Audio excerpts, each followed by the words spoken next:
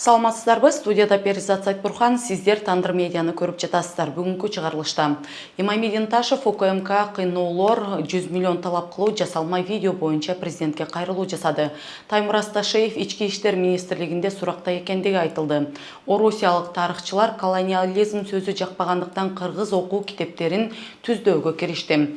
Ысык көлдүн жээгине кум төккөн бирөөсү Сабыр Жапаровдун жубайы орток болгон компанияларга миллиондогон айып пул салынды. УКМК тыңшоо кейбир аппараттарды өчүрүү боюнча мыйзамын киргизди. Бензин эми пландуу түрдө ар 2 жумада 1 сомго кымбаттамай болду. Укук коргоочу Азиза Абдирасулова өзүнө кылмыш иши козголгондугу тууралуу түшүнүксүз чалуу алгандыгын айтып, баш прокурорго кайрылды. Акшылык укук коргоочу профессор Стив Свердлов кара тизмеде болуп чыгып, Манастан депортацияланды. Ушул жана башка жаңылыктарды алдыңкы мүнөттөрдө кененирээк талкуулайбыз. Комментарий калтырып, лайк басууну унутпаңыздар. Көп убакыттан бери камакта болуп, өзүнө карата кыйноолор болуп келгендигин айтып келген ишкер Кейджо Групп курулуш компаниясынын негиздөөчүсү мурдагы президенттикке талапкер Имай Мединташев президентке кайрылуу жасаган. Ал өз кайрылуусунда ага карата козголгон кылмыш ишин мыйзамсыздыгын белгилеп, улуттук коопсуздук боюнча мамлекеттик комитетинин кызматкерлери өзүнө каршы жасалмай иш козгоп, 2 жылдан ашуун убакыттан бери мыйзамсыз кармап отурушкандыгын билдирген. Анын айтымында 52 миллион сомдук мүлкүн УКМК тартып алган жана тергөө абагында отурган кезде кыйноого алышкан. Ошондой эле кыйноого алган атайын кызматтын өкүлдөрүнүн үстүнөн арыз жазгандыгына карабай, прокуратура чара көрбөй келгендигин да ачыктаган. Ачык кат. Урматтуу Садыр Нуркожоевич, 2026 жылдын февраль айындагы саясий абалдын өзгөрүүсү менен өзүңүз жарыялаган УКМКны реформалоо планынан кийин Кыргызстан мыйзамдуулуктун, акыйкаттын өкүмүн сүрөр деген чоң үмүт менен өзүңүзгө экинчи жолу кайрылып жатам. 2023 жылдын аягында УКМК мени күчкө салып камап, мага таандык болбогон жер тилкеси үчүн 52 миллион сомдук мүлк тартып алышкан. Камакта отурган жеримен өздөрү үй камагына чыгарып, 1-Май райондук сот имаратынан мени үйүмө жөнөтпөй, УКМКнын 2 кызматкери унааларына кыйнап салышып, Советский көчөсүндө жайгашкан Хаят отелине алып барып, 100 миллион сом талап кылышып, ур токмокко алып кыйнап коркутуп, Телекмат Күреңов менен өзлөрү байланышка чыгарып сүйлөштүрүшкөн. Ар бир видео сүйлөшүүнү жаздырып жатышкан. Эртеси күнү УКМКнын Бишкек шаары боюнча башчысы Жумабеков Салмор алып келип берген 500 000 доллар акчаны мен аркылуу Күреңовго бердирткени аракет кылышып, митинг кылабыз деп сүйлөтүп, мына ошол видео сүйлөшүүлөрдү бетке кармап, далил деп жар салып 2 жылдан ашык камап отурушат. 2024 жылы УКМКнын СИЗОсунда отурганда Жумабеков Салмор өзү башкарган мекемеге мени алып чыгып, 3 күн бою ур токмокко алган. Токулган ишти коомчулукка чыгарбайсың деп башыма пакет кийгизип, токко урдурганга чейин барышкан. Ден соолугум начарлап, эс учумду жоготкондуктан үйдөгүлөрдөн бекитип, адвокаттарымды жолотпой, УКМКга таандык болгон ВМС ооруканасына алып барып дарыламыш этишкен. Прокуратура системасы аман эле болсун. Акыркы жылдары бирөө сөгүп койгон үчүн, бирөөнү туура эмес карап койгон үчүн камоого уруксат берип жаткан прокуратурага УКМК кызматкерлеринин мени уурдап барып кыйноого алгандыгын, эс үчүн жоготконго чейин токко отургандыктары жөнүндө арыз менен кайрылганында УКМКга тиштери өтпөсүн айтып, иш козгобой, териштирүү жасабай, ысырап болгур бир ак кагазына мыйзамсыздык катталбагандыгы жөнүндө жооп алганда күйбөгөн жерим гүл болот экен. Көрсө карга карганын көзүн чукубайт тура. Өткөн 2025 жылдын 26 апрель күнү сот мага өкүм чыгарар алдында Жумабеков Салмор мени СИЗОдон алып чыгып, камерага кечирим суратканга аракет кылып, соттор биздин колубузда. Эгер Ташиев Канчыбектен кечирим сурасаңыз, соттон 3 жыл, болбосо 12 жыл срок бердиртебиз деп кызмат абалынан аша чаап көрдү. Ишкер ошондой эле УКМК мыйзам бузуулардын изин жашыруу максатында өзү түптөгөн Кейджо Групп компаниясынын бүт иштерине бөгөт коюшкандыгын, курулуп жаткан имараттарды токтотушуп, дольщиктерге аны жаманатты кылуу аракетин көрүшкөндүгүн айтып, өзүнө карата иштердин мыйзамсыздыгын далилдеп берүүгө даярдыгын билдирген. Эске сала кетсек, Имай Мединташевга кылмыш жаза кодексин бийликти күч менен басып алуу беренеси менен айып коюлган.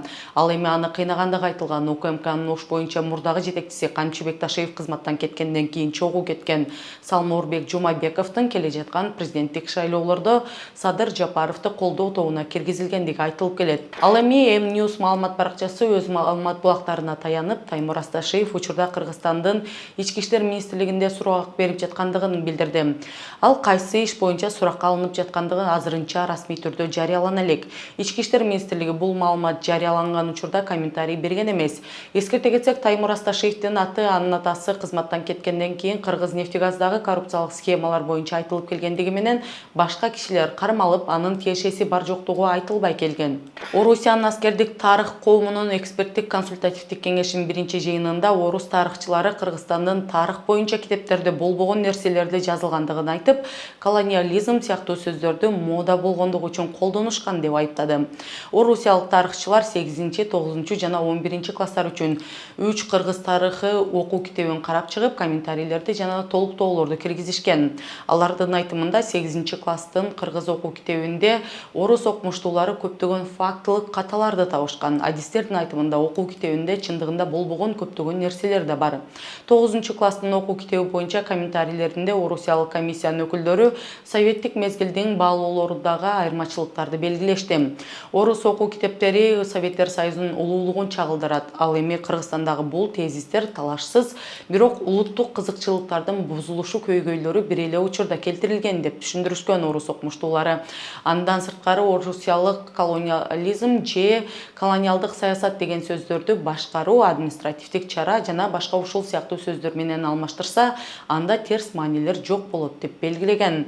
Ал терминдерди өзгөрткөндөн кийин айрым нерселер дароо эле түсүн жана тонун өзгөртөт деп кошумчалаган. Ошондой эле орус тарап Кыргызстанга окуу китептерин кантип туура жазуу керектигин айтпай тургандыгын белгиледи.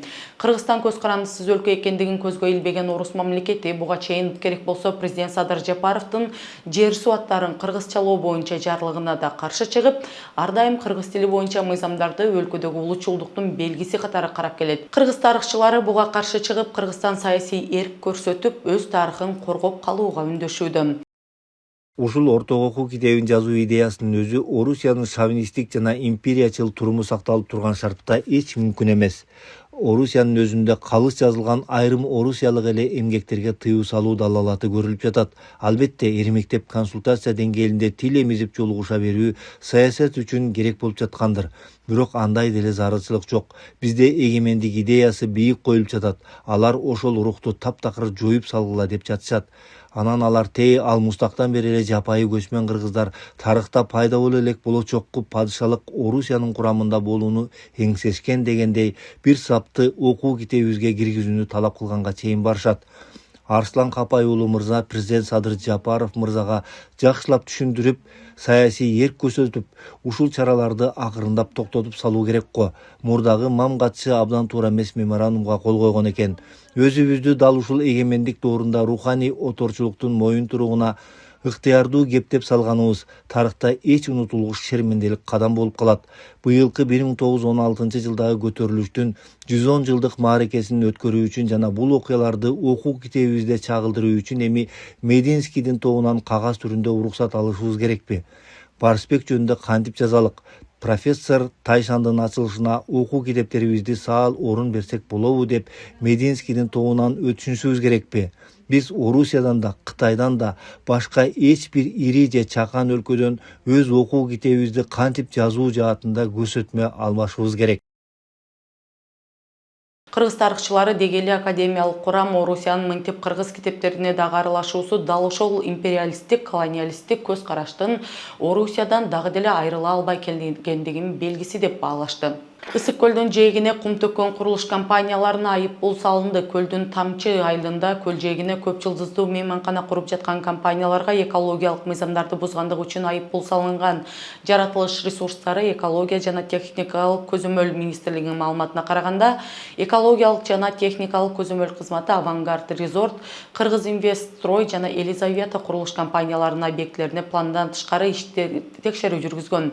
Текшерүүнүн жүрүшүндө Ысык көлдүн суу фондунун жерлерине мыйзамсыз түрдө топурак жана кум төгүлгөндүгү, ошондой эле экологиялык мыйзамдардын талаптары толук сакталбагандыгы аныкталган. Аталган фактылар боюнча тиешелүү чаралар көрүлүп, административдик айыппул салынган. Авангард Резорт компаниясы 1 925 237 сом, Кыргыз Инвестрой 1.929.562 сом, ал эми Елизавета курулуш ишканасы 1.711.791 сом төлөөгө милдеттендирилди. Курулуш компанияларына мыйзам бузууларды жоюу, мамлекеттик экологиялык экспертизанын талаптарын аткаруу жана уруксат берүүчү документтерди толук тариздөө талабы коюлду. Эскерте кетсек, көлгө кум төгүлүп жаткандыгы тууралуу видео 1 ай мурун жарыяланган. Ал убакта курулуш компаниялары жээкти бекемдөө максатында кум төгүшкөндүгүн, экологиялык коопсуздук бузулбагандыгын билдиришкен. Курулуш, архитектура жана турак жай коммуналдык чарба министрлигин маалымдаган. Курулуш министрлиги 23 апрелдеги комментарий. Көл жээгине алгач пансионаттын аймагынан казылган кум шагыл жана топурак төгүлөт. Эң үстүнө эленген кум себеленет. Бул заманбап туристтик объекттерде колдонулуп келе жаткан ыкма. Маалыматта соц тармактарда тараган тасмаларда айтылгандай, кум төгүү иштери эс алуучу жайдын аймагын кеңейтүү максатында болбогондугу жана экологиялык коопсуздук талаптары сакталып, химиялык жана башка зыян заттар жоктугу белгиленген. Ал эми кум төгүүнүн мыйзамсыздыгын айткан Улуттук илимдер академиясынын ошол убактагы жетекчиси Канат Абдрахматов жакында эле кызматтан алынган. Бишкектин мурдагы мэри Азиз Сурахматов ээлик кылган Елизавета компаниясы кум төккөн курулушчулардын бири. Бирок бийлик ага карата да кустуризация уюштургандан кийин Елизавета компаниясынын бир үлүшү башка көптөгөн байлыктар сыяктуу эле президент Садыр Жапаровдун агасы Сабыр Жапаровдун жубайына өтүп кеткен. Улуттук коопсуздук боюнча мамлекеттик комитет өлкөнүн телекоммуникация тармагын улуттуу өзгөрткөн мыйзам долбоорун даярдады. Атайын кызмат жашырын тыңшоо, телефондук сүйлөшүүлөрдү угуу жабдуулары мыйзамдуу түрдө ээлик кылууну, чыр-чатак зоналарында мобилдик түзмөктөрдү атайын өчүрүү үчүн мыйзамдуу мүмкүнчүлүккө ээ болууну жана бетти таануу системаларын расмий түрдө мыйзамдаштырууну көздөөдү. Тыңдоочу жабдуулардын менчигин УКМКга расмий түрдө өткөрүп берүү, атайын кызматка телекоммуникация операторлорунун маалымат базаларына түз кирүү мүмкүнчүлүгүн берүү, жасалма интеллектке негизделген бетти жана номердик белгилерди таануу системаларын мыйзамдаштыруу, улуттук коопсуздук боюнча мамлекеттик комитет куралдуу кагылышуулар же өзгөчө кырдаалдар учурунда белгилүү бир мобилдик түзмөктөрдү байланыш тармактарынан максаттуу жана убактылуу ажыратууга мүмкүндүк берген укуктук механизмди киргизүүдө. ИМЕИ системасын толугу менен мамлекетке өткөрүп берүү. Жогорку Кеңештин соттук укуктук иштер, укук тартиби, кылмыштуулукка каршы күрөшүү жана коррупцияга каршы күрөшүү боюнча комитети мыйзам долбоорун биринчи окууда жактырды. Жаңы мыйзам долбоорунда УКМК жашыруун маалымат алуу үчүн иштелип чыккан бардык санариптик технологиялык системалардын, ресурстардын жана атайын техникалык жабдуулардын расмий ээси катары так аныкталган. Каржылык жүк өзгөрүүсүз калып, телекоммуникация операторлору дагы эле зарыл жабдууларды өз эсебинен орнотууга милдеттүү. Бирок УКМК аны башкарат жана иштетет. УКМК муну улуттук коопсуздукка коркунуч келтирген нерселерге, дрондорго, координацияланган чабуулдарга жана санариптик кылмыштарга каршы күрөшүү үчүн зарыл деп түшүндүрөт. Алар ошондой эле байланышты жабырт өчүрүүнү пландабай тургандыгын билдирди. Кыргызстанда кымбаттоолор эми пландуу түрдө жүрөт. Министрлер кабинетинин төрагасынын биринчи орун басары Данияр Аймангелдиевдин айтымында Кыргызстанда күйүүчү майдын баасы 2 жумада бир жолу 1 сомго кымбаттайт. Ошон үчүн бул маселе, мисалы үчүн жанагы күйүүчү майдарды айтып атпаймынбы? Акыркы күндөрү биржалык баалар 3 эсе өсүп кетти. Азыр эгерде бензиндин тоннасы $600 тегерегинде болсо, азыр 1200-гө чейин чыгып кетти. Аларды импорттогондо биз азыр бааларды көзөмөлдөп, бир заматта эле көтөрбөстөн, аны 2 жумада 1 сомго көтөрүп турганга көзөмөлүбүз бар да. Ошон үчүн аны турукташтырып турабыз. Эгерде баалар түшө турган болсо, анда ошол антимонополдук комитет импорттогон компаниялар менен иштерди алып барып, төмөндөткөнгө да алып барган мүмкүнчүлүктөр бар. Министрлер кабинетинин төрагасы Адылбек Касымалиев 13 майда күйүүчү май ташуучу жана сатууда айрым салыктар алынаарын, бул боюнча токтомдор жакында жарыяланаарын айткан. Мунай ташуучулардын маалыматына караганда күйүүчү майдын дүйнөлүк баасы акыркы убактарда 25-30% кымбаттаган. Жогорку Кеңеште көтөрүлгөн маселелерге келсек, депутат Бактыбек Чойбеков Бишкектеги тыгын маселесин чечүү үчүн кескин чаралар керек экендигин билдирди. Анын айтымында мэриянын командасы бир нече жылдан бери иштеп, жолдорду куруп, туюк көчөлөрдү ачып жатат, бирок байкаларлык жыйынтык жок. Вице-мэр Рамиз Алиев жол курууга жергиликтүү бюджеттен 4 миллиард сомго жакын каражат бөлүнөрүн айтты. Мындан тышкары 2025-26 жылдарга турукташтуу фондунан дагы 7 миллиард сом каралган. Ал шаарда унаалардын саны нормадан 2 эсе көп экендигин айтып, ошондуктан бийлик коомдук транспортко басым жасап жаткандыгын белгиледи. Бишкек шаарына ратификациядан өткөзүп берсеңиздер, ошо автобустарды киргизсек эле жол маселени чечебиз дегенсиздер. 1600дөн ашык автобус алдык, туурабы? Бүгүнкү күндө. Туура, бирок чечилген жок, маселе чечилген жок. Кайра күчөдү? Жок, бүгүнкү күндө 220 миллион жылына биз кишилерди ташыйбыз. Маселени чечтик да. Эми Бишкек шаарынын жарандары ошол автобустар аркылуу жүрөт азыркы учурда. Жок, сиздер автобус алып келелек деле бул маселелер ошондой эле тыгын болуп, ошондой эле проблема болчу. Азыр деле ошол эле проблема. Кантип чечесиздер? Мейли, жолду оңдодук. Башка эмне сунуштарыңыздар бар? Конкретный бир тыгын маселени чече турган конкретный сунуштарыңыздар барбы? Ооба, сунуштар. Канча мисалы жылына силер ушу жолго канча каражат кетирип атасыздар? Жол куруугабы? Ооба. Эгер жергиликтүү бюджеттен айтсак 4 миллиард сомдун тегерегинде биз акчаны бөлүп атабыз. Дагы бизде ошол статфонддон да 7 миллиард акча бөлүндү, бул 25-26 жылдары.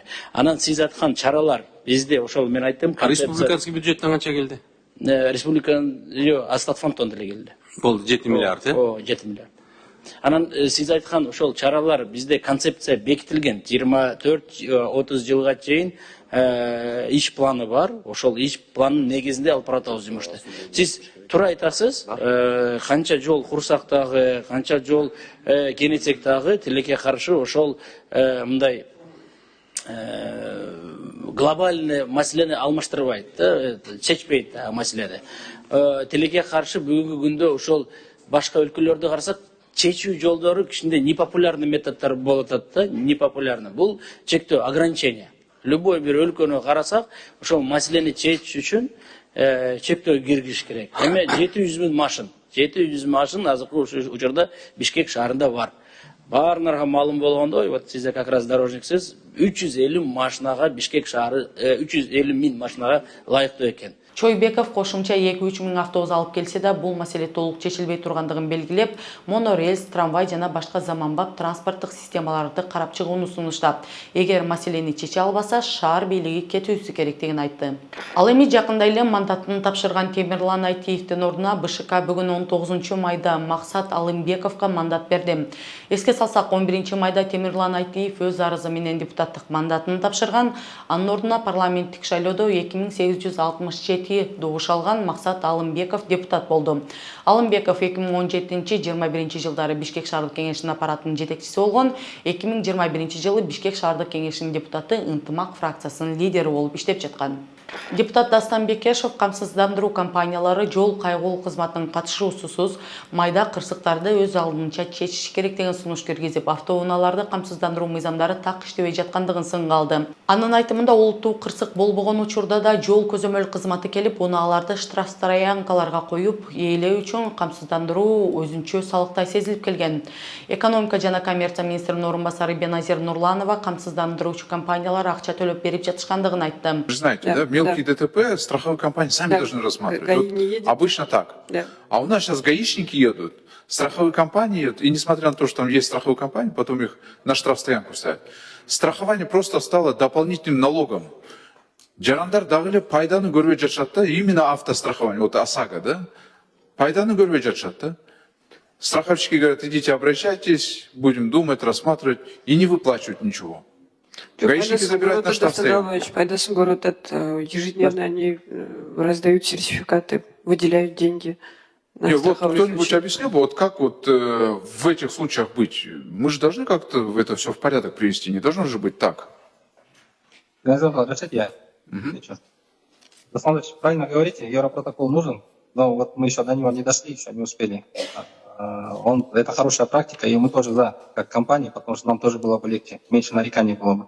Но мы исполняем закон, как в законе написано.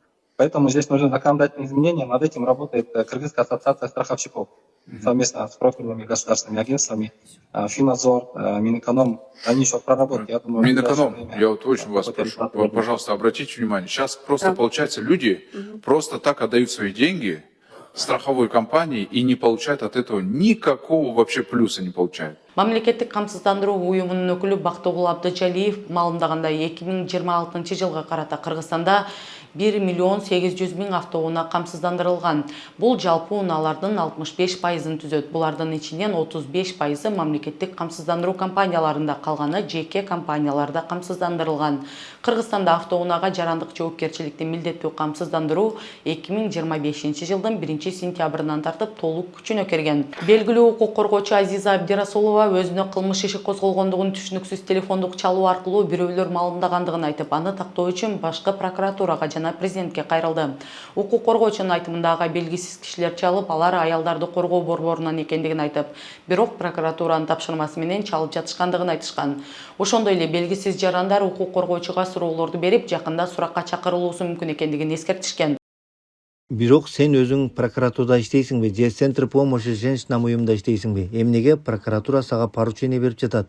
Мени менен сүйлөшкөндөгү максатың эмне десем, поставить вас в известность, что на вас имеется уголовное дело. Скоро могут вас вызвать на допрос и могут посадить, деп жооп берди. Урматтуу Кыргыз Республикасынын баш прокурору, жогорудагы жазганыма байланыштуу суранам. Мага карата козголгон кылмыш иш барбы? Болсо качан козголгон? Кандай айып тагылып жатат? Тергөө кайсы органда? Прокуратурадабы, МВДдабы, УКМКдабы? Эмне себептен Ленин райондук прокуратурасы мени Центр помощи женщинам уюмунан издеп жатат? Эмне себептен менин өзүмө чыгышпайт? Тажибаев Шерболот Расулович деген ким? Эмне себептен прокуратура кызматкерлери мамлекеттик эмес уюмдун юристине келип, мен тууралуу маалымат сурап, ага поручение берип жүрөт? Урматтуу баш прокурор, менин ушул жазганымы расмий арыз деп кабыл алууңузду жана терең изилдөө өткөзүүңүздү суранам. Ошондой эле бүгүн Кыргызстанга америкалык укук коргоочу АКШнын Түштүк Калифорния университетинин профессору Стив Сверлоу киргизилген жок. Ал Манас эл аралык аэропортунан кармалып, Туркияга депортация болду. Укук коргоочулар Сверлоунун депортацияланышын айыптап, ага карата киргизилген чектөөнүн алынышын талап кылууда. Чек ара кызматы америкалык укук коргоочунун өлкөгө киргизилбегендигин ырастап, бирок себептерин түшүндүрмө бере элек. Сверлоу ал америкалык 16 студенти менен келип, Кыргызстандын тарыхы, маданияты, коому жана саясаты менен тааныштырууну максат кылгандыгын айтууда. Студенттер өлкөгө кое берилип, өзү артка кайтарылган. Мен 5 сааттан бери аэропортто кармалып турам. Миграция кызматынын өкүлдөрү мен Кыргызстанга кирүүгө тыюу салынган адамдардын тизмесинде экенимди түшүндүрдү. Мен бул жака Түштүк Калифорния университетинин профессору катары кесиптик жумушу менен келдим. Мен америкалык студенттердин тобун алып келгем. Биз бул жерде Кыргызстандын коомун, маданиятын, саясатын мезилдемекпиз. Жогорку кеңеште Акыйкатчы институтунда жана Юстиция министрлигинде болмокпуз. Адаттагыдай 3-чү ирет жаз концертимди коймокпуз. Профессор америкалык студенттерди Кыргызстанга буга чейин да бир нече ирет алып келгендиги, мындай чектөө биринчи ирет болгондугун билдирди. Сверлоу Борбор Азия өлкөлөрүндө көп жыл иштеген укук коргоочу катары белгилүү. Бир нече жыл Human Rights Watch эл аралык уюмунун бул аймактагы иликтөөчүсү болгон. Мурдагы өкмөт Human Rights Watch уюмунун иликтөөчүсү Мира Ритманды депортациялаган. Ош куугалаңы боюнча иш алып барган орусиялык укук коргоочу Виталий Пономаревго да чектөө кирген. Мындан тышкары былтыр декабрда Бишкекте өткөн эл аралык фестивалга келаткан адам укуктары боюнча эл аралык федерация, эл аралык укук коргоо уюмунун Европа жана Борбор Азия боюнча департаментинин директору Илья Нузов жана башка өнөктөштөрдү киргизбей койгон. Азыр дүйнө карап турат. 3-июнда Бириккен Улуттар уюмунун кеңсесинде Кыргызстан Коопсуздук кеңешине кирүүгө аракет кылат. Биз да буга жардам берип келатканбыз. Стив Свердловду Кыргызстанга кайтарып, гуманитардык ишмердигин жүргүзгөнгө тоскоолдук кылбаш керек. Сверлов өзү Бишкекте кабылган окуяны өзүнүн укук коргоочулук ишмердүүлүгү менен байланыштырууда. Батыштын санкцияларын коркунучунан улам Кыргызстандын Юстиция министрлиги биринчи жолу 50 компаниянын ишин токтотуу боюнча бирдиктүү чечим чыгарды. Министрликтин маалыматы боюнча бул юридикалык жактар Орусия менен санкциялардын тобокелдигин жогорулаткан бүтүмдөргө катышкан болушу мүмкүн. Компаниялардын тизмеси Юстиция министрлигинин, экономика министрлиги жана башка мамлекеттик органдар тарабынан белгиленген. Алар санкциялардын чектөөлөрүн айланып өтүүгө аракеттери тууралуу маалыматты иликтеп жатышкан. Буга чейин Кыргызстандык Керемет банк жана Капитал Централ банктары Европа биримдигинин АКШнын жана Улуу Британиянын санкцияларына дуушар болушкан. Бул банктарга карата Европа биримдигинин чектөөлөрү бул жылдын 14 майында күчүнө кирген. Бул бүгүнкү күнгө карата жаңылыктардын негизгилери болду. Кийинки берүүлөрдөн көрүшкөнчө аман болуңуздар.